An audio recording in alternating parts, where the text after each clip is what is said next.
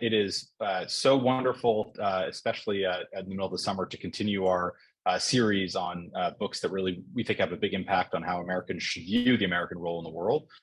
And today's book, I think, is particularly apt because it really is about how Americans view how one type of the American engagement in the world, which is views of the American military.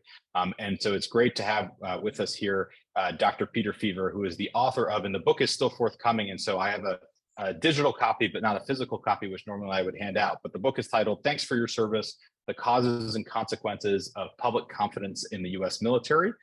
Dr. Feaver is a professor of political science and public policy at Duke University. He is the director of the Duke program in American Grand Strategy, and one of the co-leaders of the America in the World Consortium.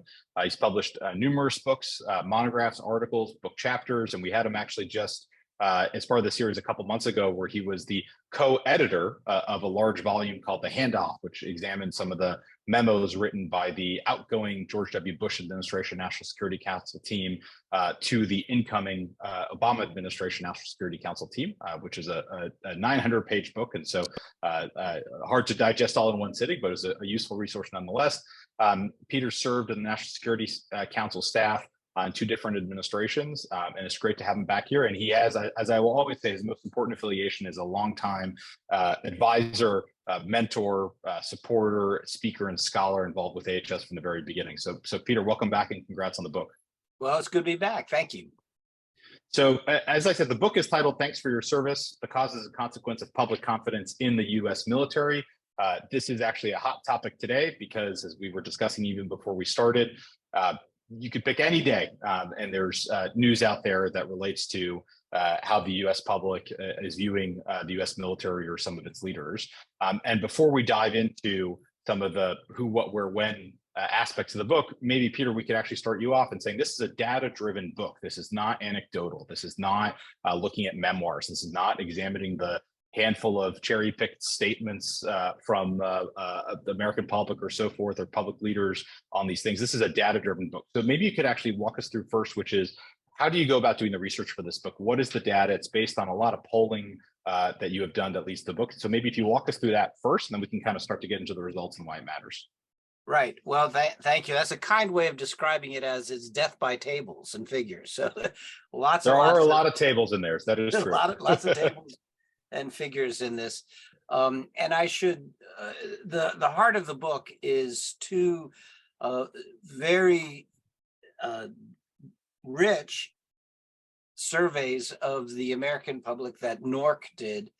That's one of the leading polling organizations that NORC did, with very high quality samples. So sometimes if you see stuff online, it might be a quickie online poll or something, and I hope anyone who's in AHS is sophisticated enough to know to be wary about polling. Not all polling is equally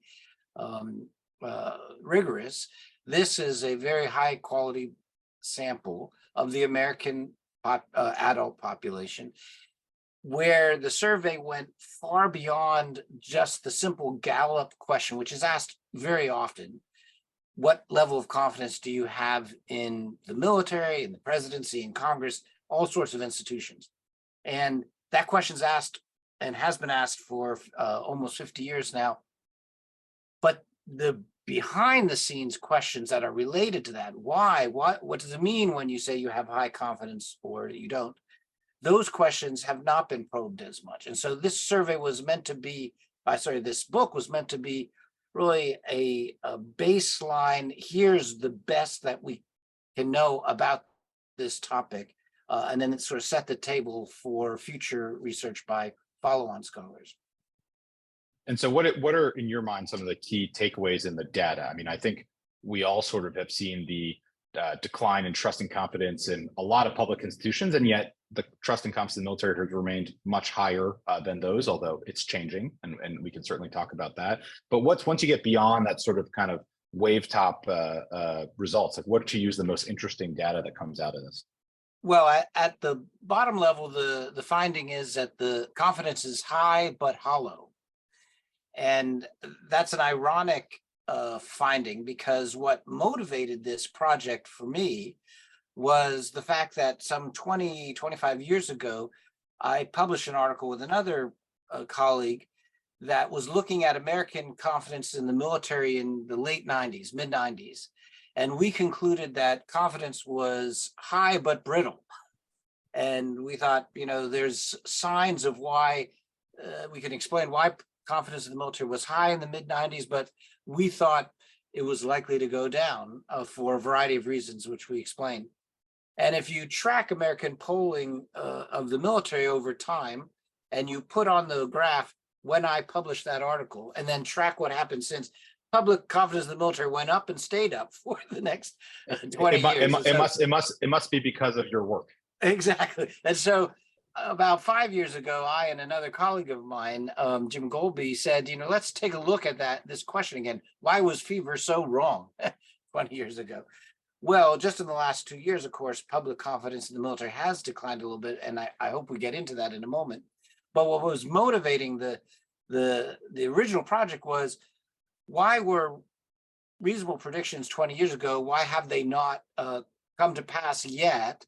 But what is the situation? And it's ironic, my conclusion this time is the same one from 20 years ago or so, that 25 years ago, that confidence is high but hollow. Even after the declines that everyone knows about from the last couple of years, public confidence in the military is still higher than the confidence in any other federal institution, any other governmental institution. It's declined, but not nearly as precipitously as declined, say, in confidence in the Supreme Court or the presidency or Congress or so on. So the military is still doing well relative to the others, but there's reasons to believe that the props underlying that support are in danger of eroding or collapsing altogether. And some of them have to do with just straight demographic factors. People who have a personal connection with the military have higher confidence than people who don't have a personal connection.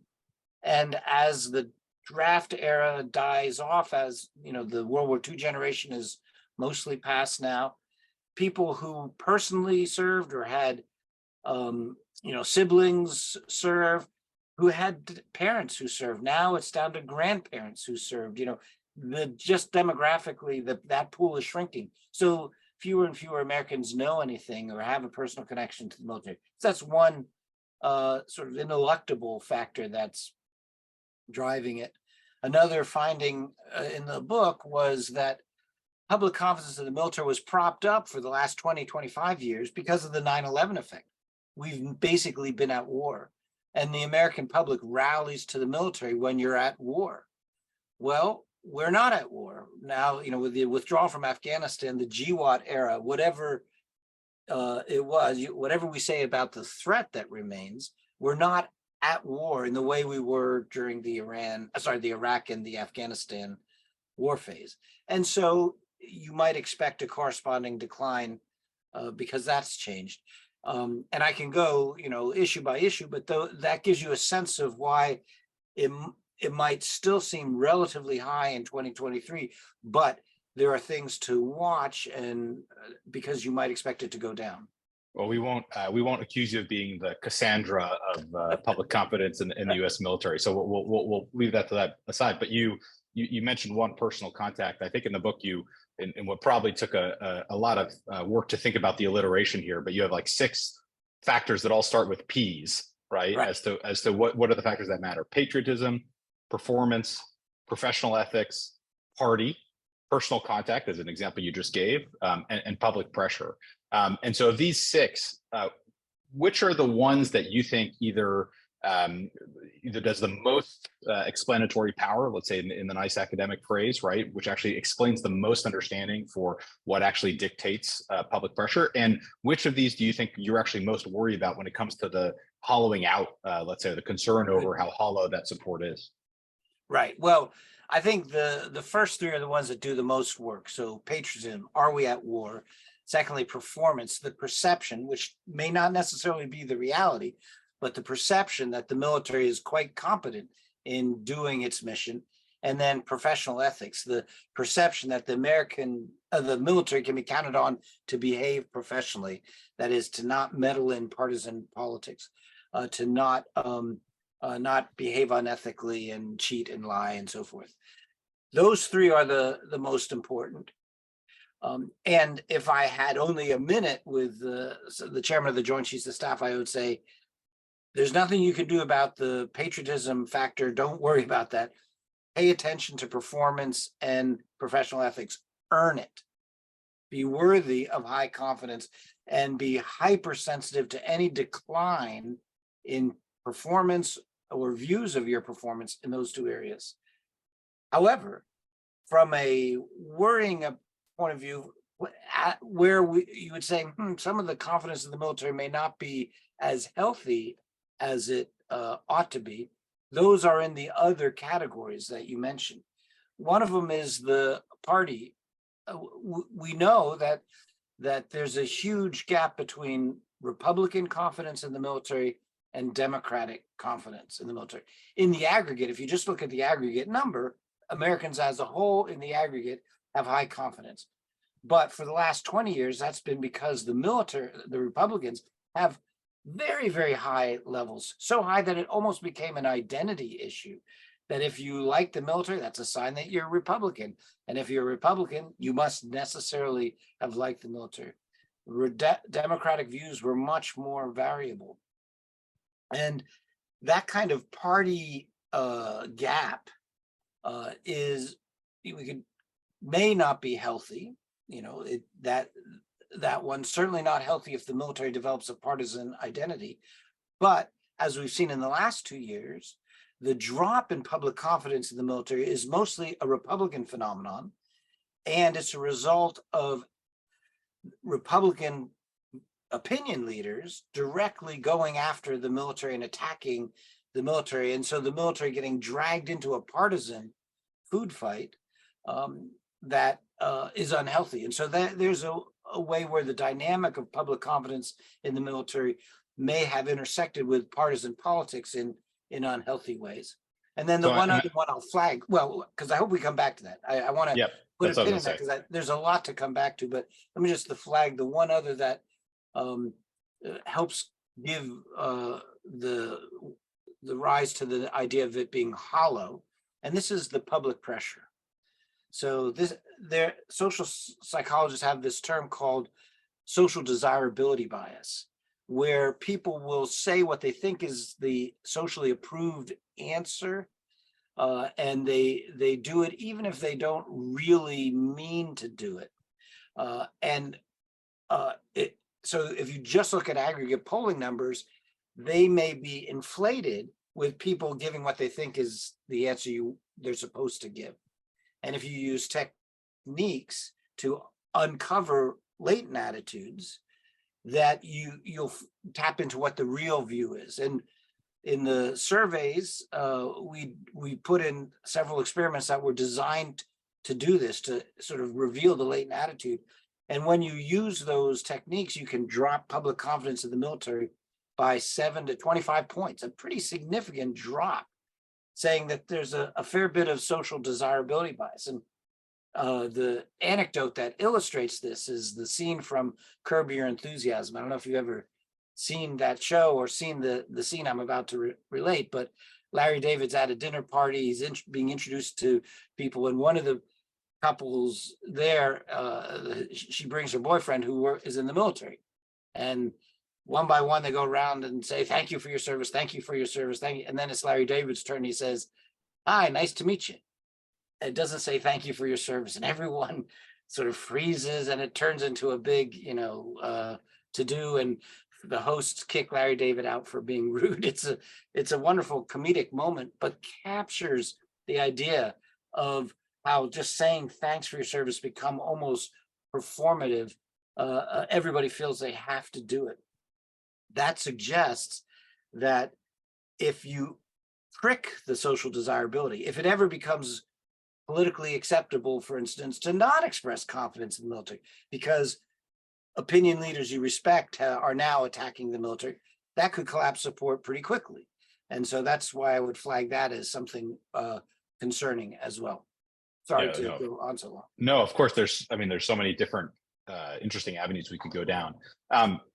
Maybe we, before going down some of those, take a step back, which is when you say high confidence, like what numbers are we talking about here, really, right? I mean, is it 80% of the American public? Is it really 40% of the American public? But 40% is pretty high, given that, Right. the American public's confidence in Congress is in single digits. I mean, give us a sense of where that is. And then on some of these issues, like where are these kind of gaps in the various demographics? I mean, you talked about party affiliation is one, but I'm curious if there's a difference in terms of age, older Americans versus younger Americans, or elites versus non-elites, however you want to kind of measure that, or as to your point, personal contact, veterans or military families versus those that not, and whether those gaps are big enough to be significant.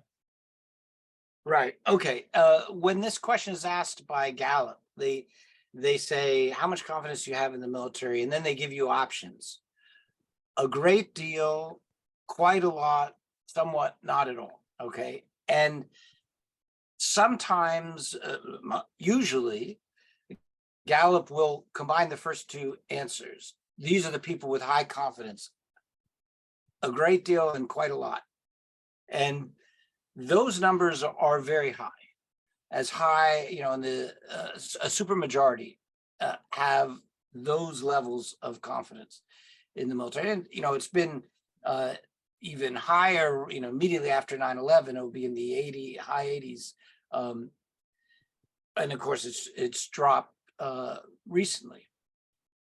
If you just look at the top one, and for some of the analyses in the book, just focus on the highest number, which is a great deal, then the numbers we got were in the mid 40s. And so that's much higher than people who would give that for others. So you combine the two and you get a super majority saying they have high confidence. If you just look at the highest possible one, that number is down at 40, mid 40s. Now, that goes like this over time, but it's been high relative to all the others. So if you were to graph the military, it'd be like this. You graph all the others, it's like this. And there's a steady gap between how the military is viewed and how others are viewed. In the recent years, there's been a decline in everyone's confidence in the aggregate in all of the institutions, but the military still remains at better than the others by a wide margin. Does it make sense? About some of that? So that makes sense. So what about some of the differences within certain demographic groups you calculated? So again, right, whether it's older versus younger, whether it's elites versus not. Yes, I flagged the one about partisan. It's more a Republican thing than a Democratic thing. It's more a male thing than a female thing. So men on average express higher confidence than women. Older people express higher confidence than younger people. One of the interesting things to watch is a really dramatic decline in confidence from the youngest cohorts, especially millennial Gen Z. Those cohorts that presumably are the ones that are going to be with us for the longest, as the older baby boomer and greatest generation gradually shuffle off the stage. The other ones will be taking their ranks, and they have dramatically lower confidence levels across the board, not just in the military, but with others. It's also more white than African American, and so you can get important and interesting demographic differences at the margins. Got it. And just a reminder, everybody, if you do have questions, you can submit them in writing in the Q&A function at the end. And if there are some at the very end of our discussion, we'll pass you the microphone. You can ask it directly, Dr. Feaver. So why does this matter, right? I mean, presumably in a neutral base, everybody would say it's always better to have more confidence than less confidence. But where does the rubber hit the road on this? Is it questions of, today, with the last 2 years, we've had some serious recruitment issues in the military. Is this an issue? But we haven't had retention issues to the same degree. So how does this play out? Is this a question about legitimacy of the use of force, although you would assume that that is largely a civilian political question. I mean, some wonders if it were to crater, right? If it were to hollow out exactly as you were concerned about, what are the ramifications of that are worrisome for you? Right. Well, one reason why it matters is because the military, senior military, track this number very closely. I haven't had a conversation with a senior military leader that's gone on for longer than 3 minutes, where we're talking about civil military relations, where they won't point out, but the public holds us in very high esteem. So it's an important touchstone that the military has for, are we doing our job well? Are we staying within the lines of democratic civil military relations? The proof is public holds us in high esteem, so we must be. So it's an important number to understand because the military pays such close attention to it. I also believe that they're not crazy to pay close attention to it because it's a good proxy for other variables that co-vary with it. People with higher confidence in the military are more likely to join the military. And more importantly, or just as importantly, they're more likely to recommend to others that they should join the military. So in an all recruited force, you are recruiting from people who themselves have high confidence in the military or are surrounded by friends, loved ones, coaches, teachers, whatever, who also have high confidence in the military and saying, this would be a good option for you. You need that pool to be as large as possible. And if confidence drops, that's going to put challenges for recruiting. It also matters on retention. If the confidence of one of the people who have the highest level of confidence is people who are serving now or recently served. That's good. If they were leaving alienated, that would be a big problem. And in some groups, there's just a slight decline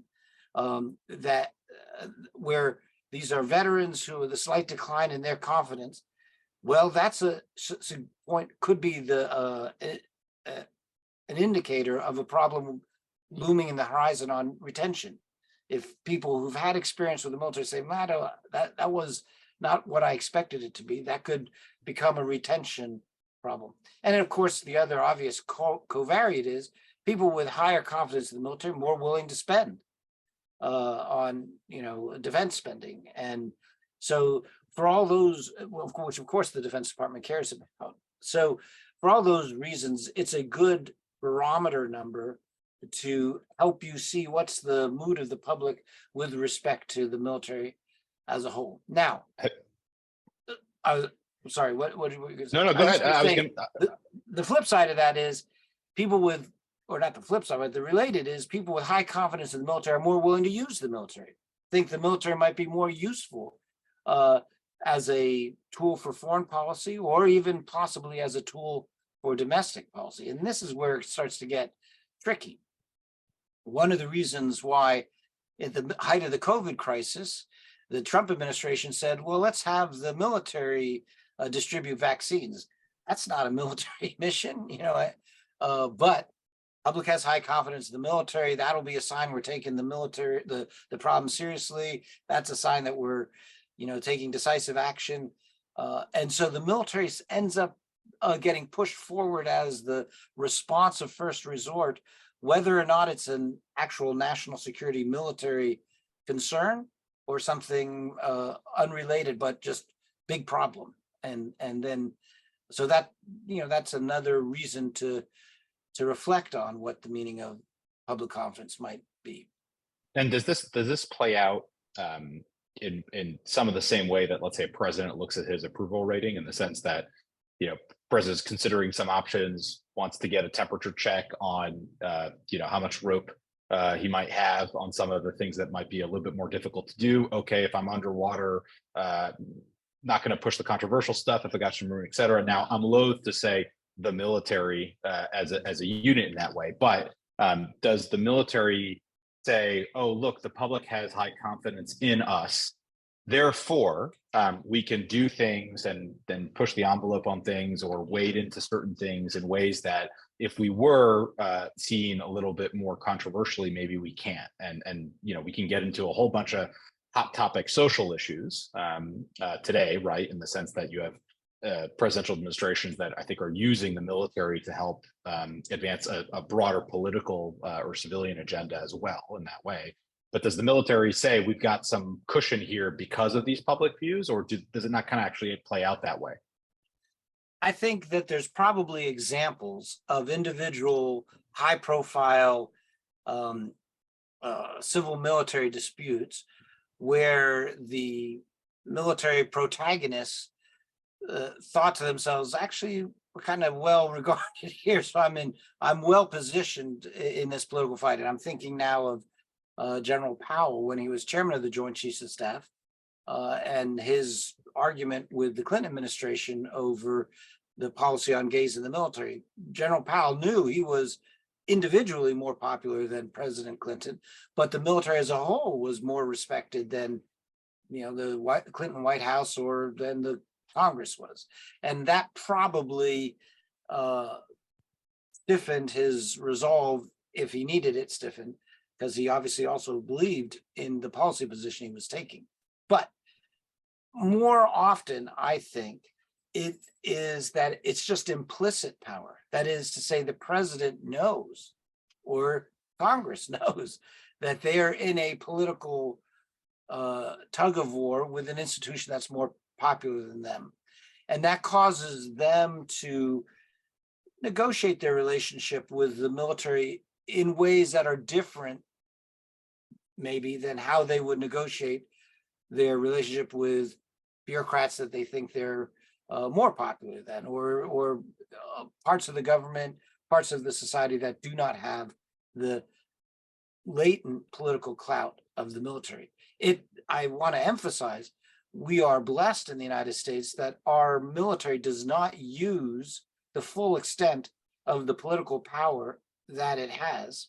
And I think if they tried to, it would backfire, ironically, and eventually be a wasting asset, because by becoming partisan political, they would over time undermine their standing with the American public. But just the fact that they have that clout gives them political power that other political actors have to take seriously.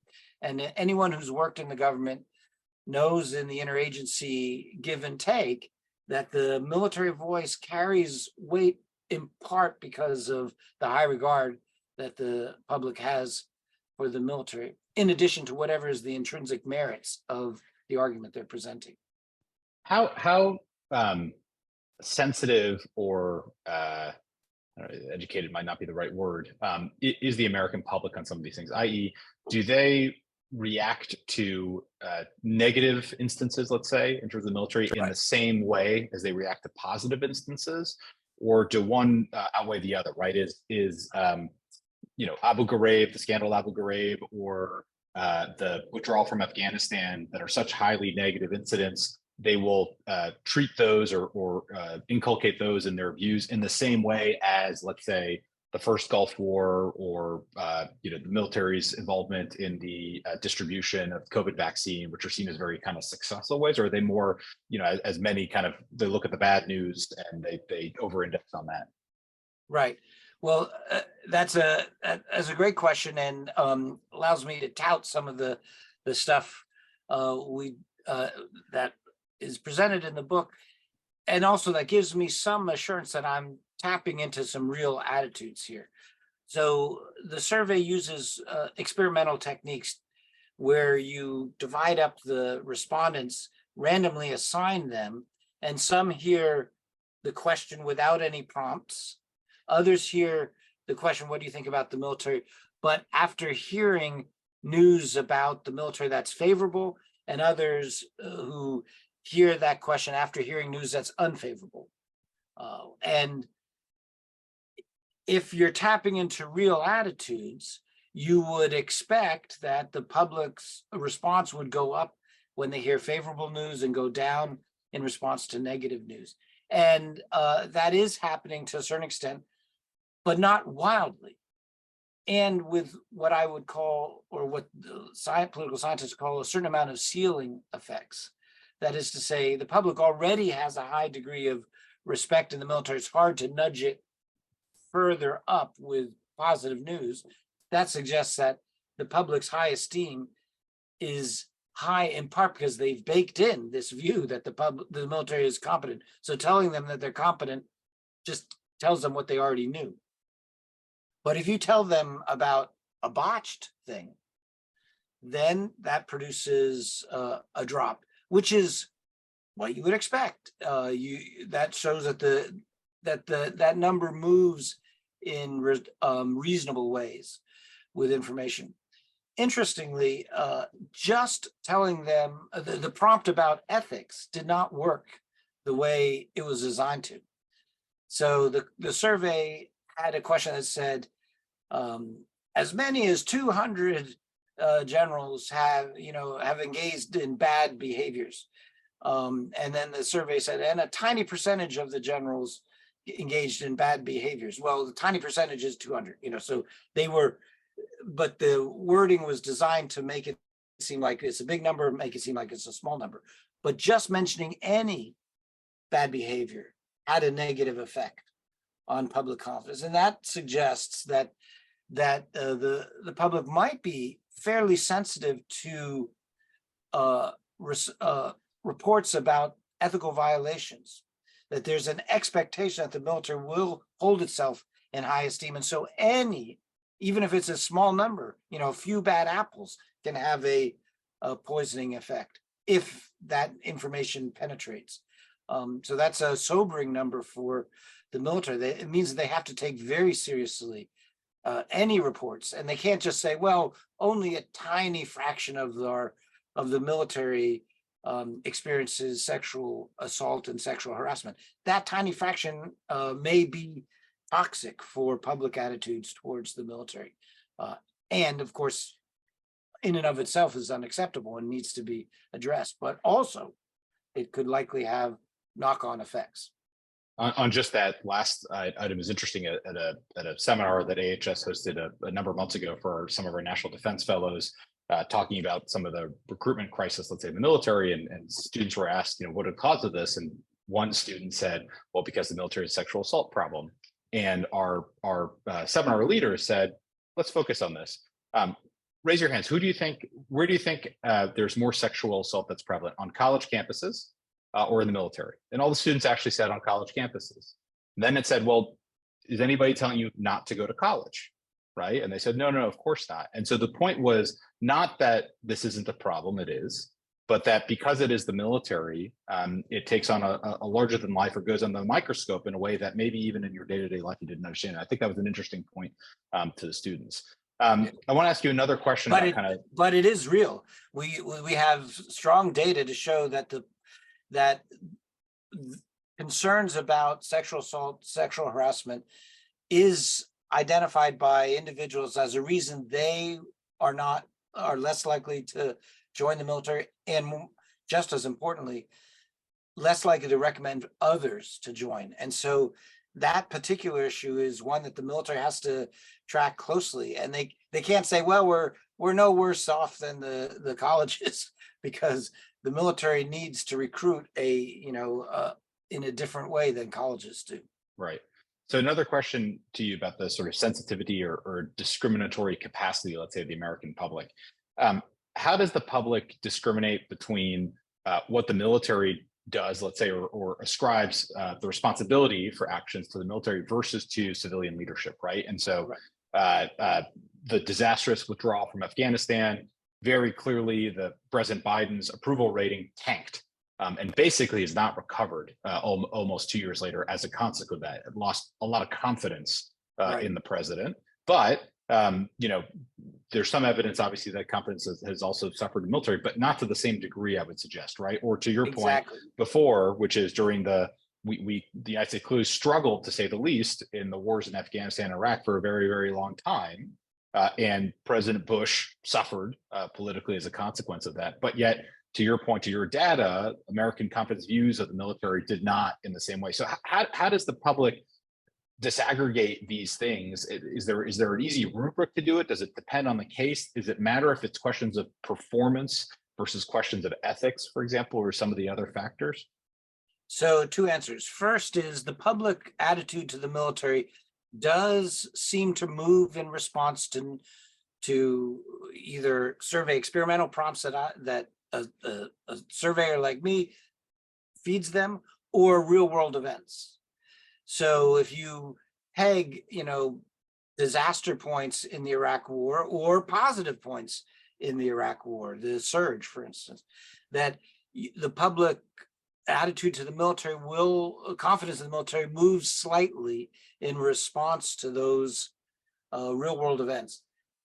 But I'm emphasizing now the word slightly. That leads to the second point, which is the public seems to insulate the military more from criticism than they insulate political actors from blame. And what the surveys we conducted and show that are analyzed in the book show is that there's something that I call a partisan blame game going on. That is, respondents will say, members of my political leaders of my party and the military handled that issue pretty well, but the political leaders of the other party screwed it up. So if you ask Republicans, they'll say the military and Republican leaders managed Afghanistan, Biden messed it up. And if you ask Democrats, they'll say Democratic leaders and the military handled Afghanistan as good as can be expected. President Trump screwed it up, or Bush screwed it up. So the military each time gets to side with the political party leader of the respondent and play kind of a blame game where they're deflecting it onto others. This is not good.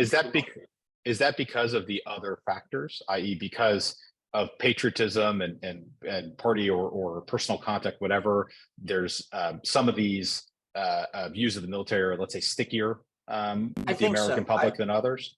I do think that's part of it. I think it's also because the military is not saying, hey, wait a second. No, we screwed up. Hold on. Let's blame ourselves first. So the military doesn't lead with its chin. And that is understandable bureaucratic behavior, but it's problematic because it means they may not learn all the lessons that they need to learn from operations that didn't go as they had expected. And then it's absolutely the case that there's a partisan incentive. So partisan polarization, that's one of the most powerful effects operating in the American public today, driving attitudes across a whole range of what TV you watch, what TV shows you like, what your attitudes are to military, and so on. And so it's a pernicious influence on public opinion generally. And I think it's also showing up on attitudes of blame and accountability for national security results. And so that's one area where I'd flag and say, this is not, the military would be wrong to just rest on its laurels and say, see, we haven't been punished yet, so there's nothing for us to worry about. Now you should be better, be better than your poll numbers.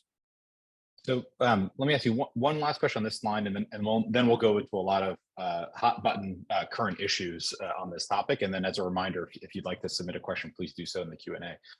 So when it comes to confidence, and let's say in public institutions, to your work, the military is sort of inured from a lot of those other issues that we see here, right? Congress, the media, whatever the list goes on.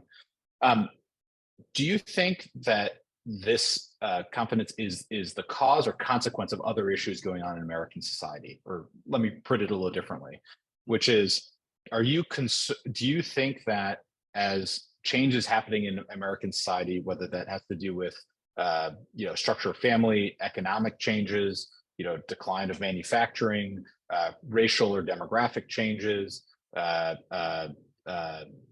issues in the United States, try to think what other falls in that. Questions about religiosity of faith, the declining religiosity of Americans, and so forth. The changes that are happening in American society. Do you think that those will show up in some ways or manifest themselves in how Americans might view the military, or do you think maybe it's the other way around, that those that view the American military in a positive light and appreciative of its values, of its ethos, might actually be those that actually then end up having more, stable or fewer issues, let's say, that are roiling some of the American public? I don't know if the question makes sense, but I'm trying to understand is the questions you're looking at, should we be seeing it more in the umbrella of questions that have to do with how Americans view the U.S. government and the U.S. government performance as a whole, or should we be seeing it more in the views of some of the questions are changing having to do with American society? Well, I'm going to give you the classic professor's answer, both and, right? Okay, so if there's a problem in American society, it will show up in the military. And that's especially true because of the way the role our military plays in civilian society. It's salient. It's not the 19th century where the military is tiny and off stage. The military is central to our public life.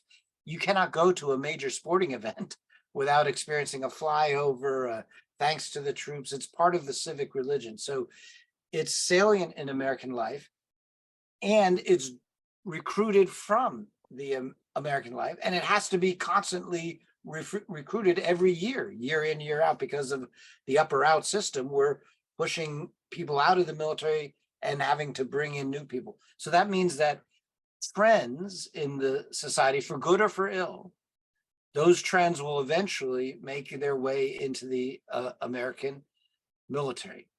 That's the first point. The second point, though, is we're not taking a random sample from the American public. We're trying to get the best. We're trying to get the most fit members of American society. We're trying to get people who don't have felony convictions, people who score high on aptitude tests, et cetera, et cetera, et cetera. So one of the challenges that the military faces from a recruiting standpoint is that it's trying to recruit from an ever dwindling pool of Americans who are even eligible to serve because they meet all of the requirements. So the epidemic of obesity is a big military problem, for instance. It's a big problem in American society, but it's also a military problem because of the kinds of folks that the military is trying to recruit.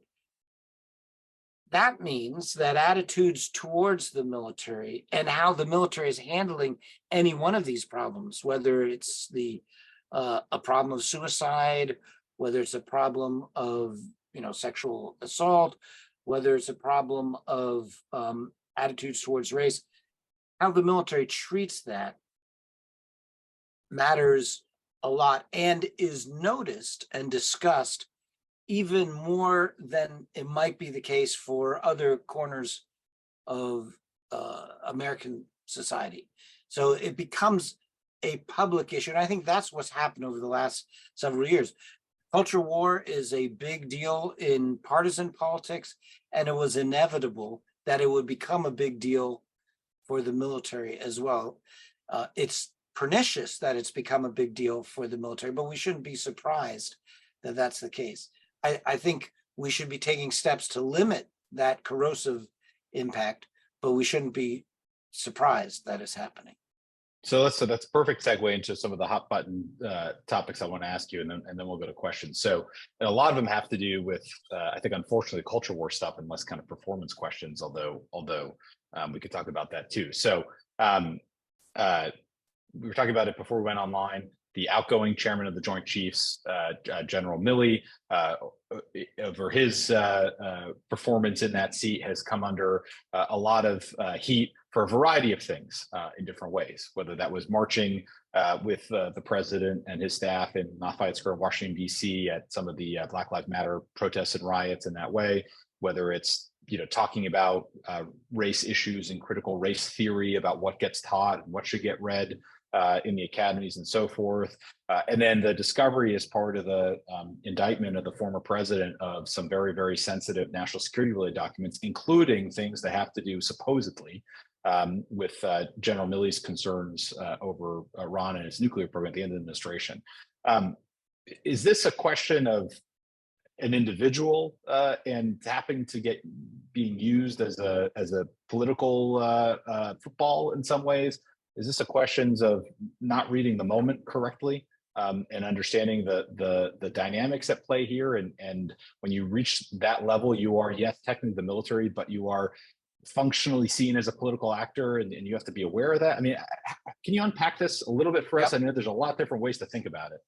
Well, so let me, the Lafayette Square incident, this is a teaching point when I teach senior military leaders about civil military relations. And to be fair to General Milley, what the descriptions of what he did are more hyperbolic than what he actually did. President asked him to show up at the White House. When the president asks, of course, you have to go. And he wasn't quite sure what he was being asked to do. By the time he realized what it was, namely that they were being asked to walk across Lafayette Square for a political photo op on the other side of the square, he absented himself and got out of the frame, because to do so would have been inappropriate. It would have had him as part of a partisan political stunt, as opposed to merely advising the president on national security, which is his job. So he did get out of the frame, but not before the picture was taken. And so, he was in the picture enough to create a problem, and then how he handled it is an interesting test case of civil military ethics. But the question is, why did President Trump want him in the picture? And the reason is because appearing in public with the military as wallpaper behind you gives you some gravitas, makes you look presidential, makes you look more powerful. Why, when President Biden, when I think he went to Philadelphia to give a real partisan speech lambasting the Republicans as unpatriotic and, tearing the paint off Republicans, which a Democratic president is allowed to do. Why did they have two Marine guards in the visual right behind him? Because having those two Marine guards standing sentry made it look more presidential, what was otherwise clearly a campaign partisan speech.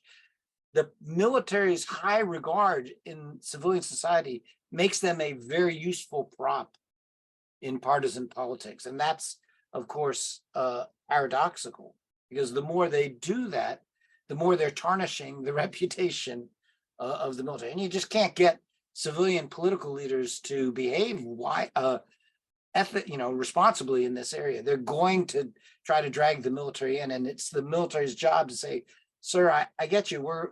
We will happily advise you, but we can't be in that partisan. That's a partisan political activity. And as a military professional, we can't be involved in that. The military has to speak up. But take the other example you asked, about, because it's the news of today. The president is going to be indicted, or has been indicted, will have to appear before the court. And one of the smoking gun evidences, apparently, according to the indictment, is a audio tape of him showing off a classified document to his to somebody he was talking to, because he wanted to prove a point, an argument he had with regard to General Milley. Well, why did the president care about General Milley?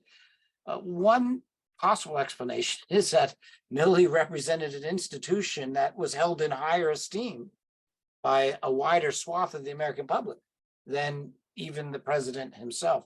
He was in a fight with somebody who was, had more political standing, even if they weren't a political actor in the partisan sense. In the public size, they were held as in higher esteem. And so that might explain why President Trump apparently wanted to keep some ammo, some rhetorical ammo in the form of this classified document. If everything that's alleged in the indictment is true, that would be a plausible explanation for it. And it's not too hard to understand given the standing that the military has in the American eyes, and maybe the insecurity that President Trump himself felt personally on issues regarding national security. So the other question is the military's involvement in social and cultural issues, let's say, to put it right. You referenced earlier Colin Powell and the debate from, I guess, 10 to 20 years ago about the service of openly gay forces in the military. That was resolved, I guess, about a decade ago or so. And now it's about questions of transgender Americans in the American military, questions about the abortion access in the American military, questions even vaccine mandates, right? In the American military. And that these, as individual things, are not necessarily social or political issues, but they have become one in the general American public. And as a consequence, the criticism seems to be that the Biden administration seems to be using the military, the Pentagon, to advance a political agenda. Do you think that's accurate? Do you think there's more nuance there? Do you think there's a different way the military ought to be handling this, and all in the service of hopefully protecting or if not increasing the public's confidence in it? Right? Is this concerning to the public confidence in it, in your view? Right. Well, I have a modest proposal that I'm trying to convince my friends in Washington on, and that is that the military should be treated as non-combatants in the culture war. That it's absolutely understandable and okay for Republicans to criticize Democrats, Democrats to criticize Republicans on this issue. There are some genuine differences of opinion about how to handle policy that are and should be the subject of political contestation. But we should not use the military as the target. They're non-combatants. So if we disagree with how DOD plans to fund medical services for women who are in a state where abortion is not allowed, but they want to go to and they have to be in that state because that's where their base is. The military's forced them to be in this state, and DOD has established a policy that says DOD will pay for them to go to another state so they can get an abortion. That's a political issue that reasonable people can debate and disagree on, but maybe it's not appropriate to hold up all of the promotions of all of the military flag and general officers to make them a combatant in what is really a political fight between the Democrat who have the executive branch and Republicans in the Senate. And so dragging the military into a culture war fight, I think, crosses a line that we could say, let's not do that. Let's not target the military and thus politicize them even further than they have been politicized. That's the first point. The second point, though, is it is an all recruited force, and American society is becoming more diverse. And so you cannot meet the numbers that we need. You cannot field the force that we need to confront the Chinese threat, for instance, if you only recruit from a certain demographic. You have to pull in all of the wealth and of the American human capital. And that means recruiting women, that means recruiting African Americans, and recruiting Americans of every stripe. They have to be persuaded to stay in, they have to be retained. And therefore, they have to feel like they belong in that institution. And so part of what's covered under the category of DEI, that term, is efforts to make sure we can recruit from a diverse America and we can retain from a diverse America. The problem is that phrase, diversity, equity, and inclusion, DEI, that now means something different, particularly to Republican ears. So when I talk to my fellow Republicans about this topic, if you say DEI, they're hearing something very different than what the military might mean by it. And so part of the advice to the military is you're going to have to find ways of talking about these underlying issues where there's actually more agreement, including agreement across the aisle. no one is talking about let's eliminate African Americans from the military. That would go back to the days before Truman segregation. That's crazy. That would really kneecap American military power. Okay, we've got to deal with problems of racism wherever we see it. But calling it DEI actually triggers a very different political response. And so I think there's both sides need to do better. The Biden administration has to find better ways of describing what they're trying to do. And Republicans have to be more careful about not targeting the military in these fights, when really what they're targeting is a Biden policy. Right. I see one question. So let's go to a question. So Catherine, I'm going to unmute you and you can ask your question, which is related to what you just said, Peter. Hi, Dr. Feaver. Yeah, my question is touching right on the issue that you were just discussing with this current Senate military confirmation crisis. I was wondering, in your research, have you found that this could be a sign of a unique and troubling new trend of partisan treatment and views of the military, or do you think it's more of a blip on the radar? What's unusual, and maybe Peter, maybe for those outside of Washington, maybe you can describe first what is the actual thing going on in terms of Senator Tuberville's holds. Okay, senior members of the military have to be nominated by the president, but confirmed by the Senate. And if they're not confirmed by the Senate, they can't take their new post. And this is all true of senior military leaders and also of any political appointee above a certain level. And it's customary for senators to put a hold on individual or one or two members, particularly if it's civilian appointees. If they say, I don't trust that person, I have a beef with that person, so I'm going to put a hold on them, and that will suspend activity in the Senate unless the Senate spends a lot of floor time to overcome it. And so it basically freezes progress.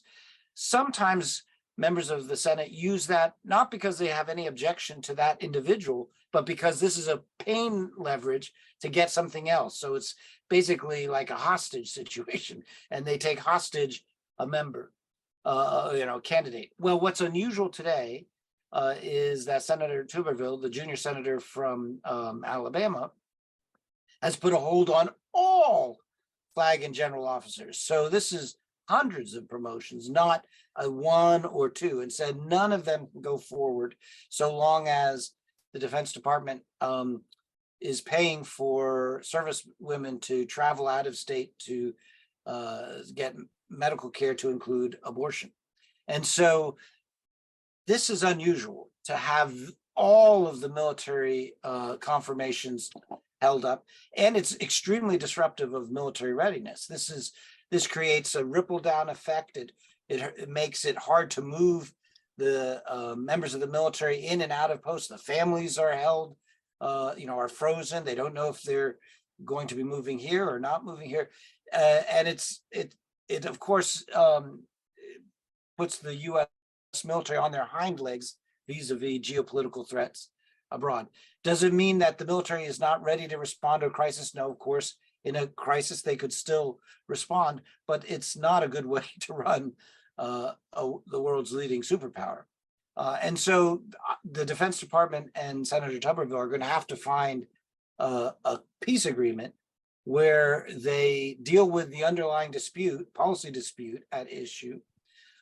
But, and here's my modest proposal, I'm hoping that going forward, both sides, but particularly in this case, the Senate, would say, we're not going to use the military as hostages, as combatants in this culture war going forward. We're going to focus attention on civilian political appointees. We'll put a hold on civilian political appointees until this issue is resolved, but maybe not the military. We're going to try to keep the military insulated from partisan conflicts, even when we think we have the better part of the partisan debate. It shouldn't be an issue of which side is right or wrong on the policy. It should be, is this the right thing to do to the military as an institution, to drag it into the partisan dispute? And so, Catherine, to answer your question, I think I'm hoping it's a blip. And I worry that there's just as many, far left senators who are saying, okay, I can't wait for the next fight in the next Republican administration. And now I'm going to do the same thing to them, only it's going to be on the assault weapons ban, or, pick your issue on the left. And pretty soon now the military is just one more combatant in a scorched earth culture war. And that is not good, given America's role in the world and what we need the military to be ready and focused on doing. So we're kind of like up against the hour. So maybe I'll ask a concluding question, which is kind of more future looking. And so, as you sort of joked when you first published work on this 20 years ago, you said it was high confidence but brittle, and thankfully, as you said yourself, it's actually held up a lot better than you assume. And today, it's high confidence, but it's hollow. And so and we talked about some of your concerns and which of those factors you're most concerned about.